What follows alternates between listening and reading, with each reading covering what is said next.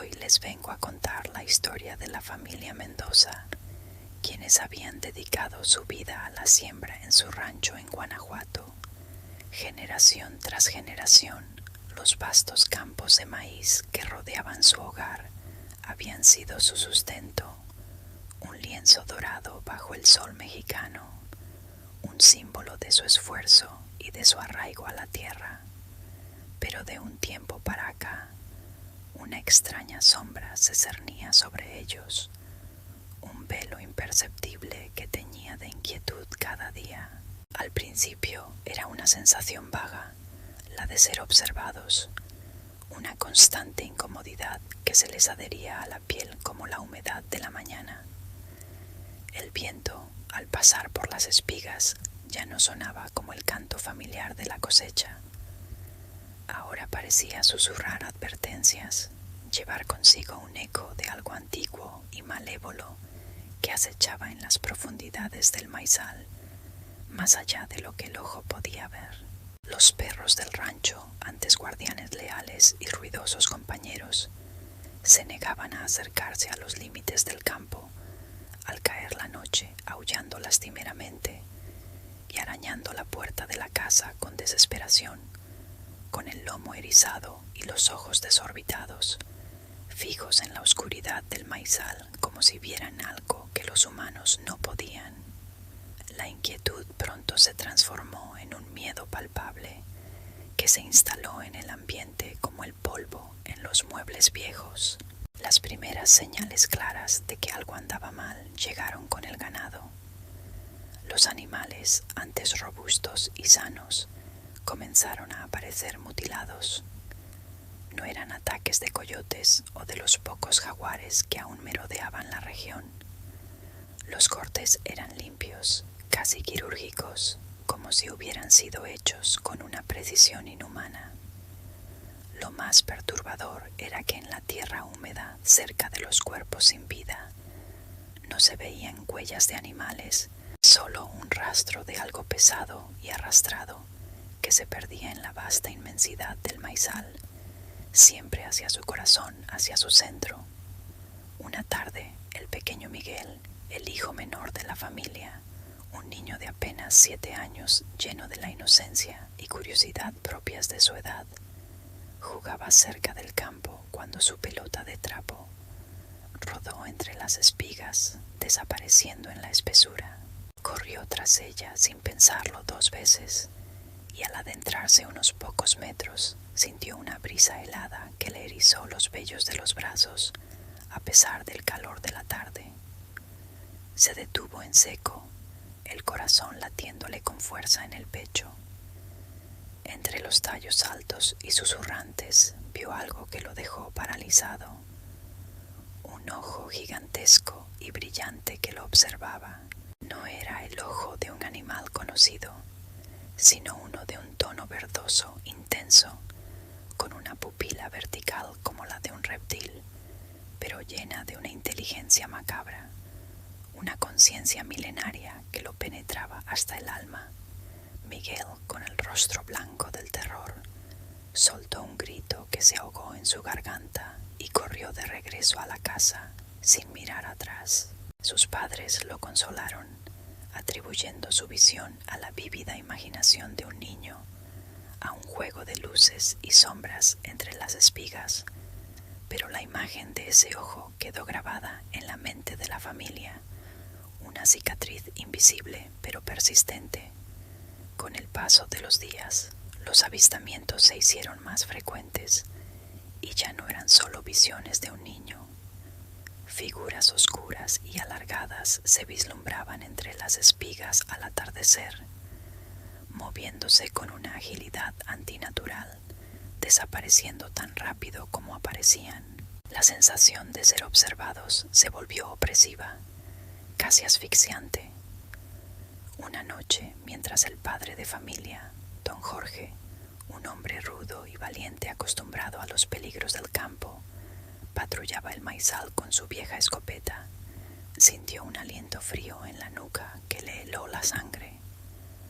Al voltear bruscamente vio una silueta imponente, apenas discernible en la oscuridad. Una masa informe que se alzaba entre los tallos, con ese ojo brillante fijado en él, un ojo que no parpadeaba, un ojo que lo miraba con una frialdad ancestral.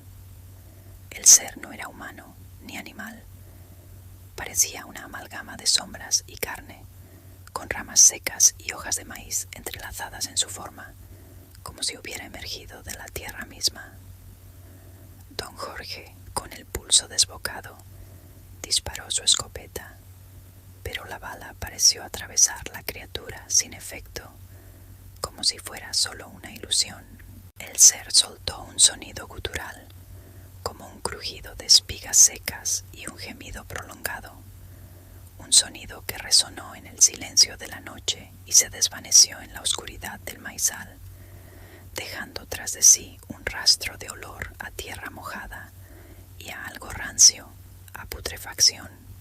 Don Jorge regresó a casa temblando, el alma en un hilo, su escepticismo hecho añicos ante la cruda realidad de lo inexplicable. Desesperados y sin encontrar respuestas en el mundo racional, la familia Mendoza, a instancias de Ana, la madre, acudió a los ancianos del pueblo, aquellos que guardaban las tradiciones y las historias más oscuras. Los ancianos, con rostros serios y resignados, escucharon su relato con una calma que solo la experiencia y el conocimiento de lo arcano pueden dar. No se mostraron sorprendidos. Les hablaron de una leyenda mexicana antigua, de un nahual que no era lobo ni jaguar, como los que se conocen, sino una criatura ancestral de la tierra, un espíritu del maizal que había sido despertado por la ambición desmedida de un antepasado lejano de los Mendoza. Se decía que un pacto olvidado había atado a la familia a la criatura y que ésta exigía una ofrenda para permitir que la cosecha prosperara, un tributo de sangre, de vitalidad, que había sido negado por años. El ojo que veían era el de este ser, un ojo que no solo observaba, sino que también absorbía la vitalidad de todo lo que tocaba, dejando a su paso la desolación y la muerte. La única forma de apaciguarlo, de romper el ciclo de terror, era mediante una ofrenda de gratitud y respeto, no de miedo, no de sacrificio. Tenían que regresar a los antiguos rituales, a las viejas costumbres de sus antepasados, sembrar una ofrenda personal en el centro del maizal y jurar respetar la tierra y sus criaturas, reconocer su poder y su sabiduría. Era la única manera de restaurar el equilibrio. La familia, aterrada pero decidida a salvar su hogar y su paz, siguió las instrucciones de los ancianos con una fe que antes no poseían. A la medianoche, bajo la luz fantasmal de la luna llena que se filtraba entre las nubes, se adentraron en el maizal, llevando consigo semillas de maíz sagradas que los ancianos les habían entregado una pequeña ofrenda de tierra de su propio rancho y una vela que representaba su fe y su esperanza. Al llegar al centro del campo, donde el ojo se había manifestado por primera vez y donde la energía del ser se sentía más densa, don Jorge cavó un pequeño hoyo en la tierra húmeda. Mientras enterraban la ofrenda con manos temblorosas, el viento sopló con más fuerza y un suspiro profundo pareció salir de la tierra misma, un sonido de alivio, de liberación. La vela parpadeó violentamente y se apagó, dejando la oscuridad más profunda, pero no hubo más manifestaciones de la criatura, ni el ojo brillante, ni la sombra acechante. Desde esa noche el rancho se sintió diferente. El silencio regresó, pero esta vez fue un silencio de paz, no de opresión. La tensión desapareció del aire y el ganado dejó de ser atacado, recuperando su calma. Los perros, antes aterrorizados, volvieron a jugar y ladrar libremente cerca del maizal. La familia Mendoza comprendió que no eran dueños de la tierra, sino sus guardianes, y que el ojo en el maizal seguía ahí, observándolos, pero ahora con una mirada de respeto, no de amenaza. Comprendieron que la tierra tiene sus propios secretos y que hay cosas que es mejor no despertar. Cuéntame en los comentarios si te atreverías a pasar una noche en este rancho. Soy parte de Guardianes del Terror México y tu historia podría ser la siguiente.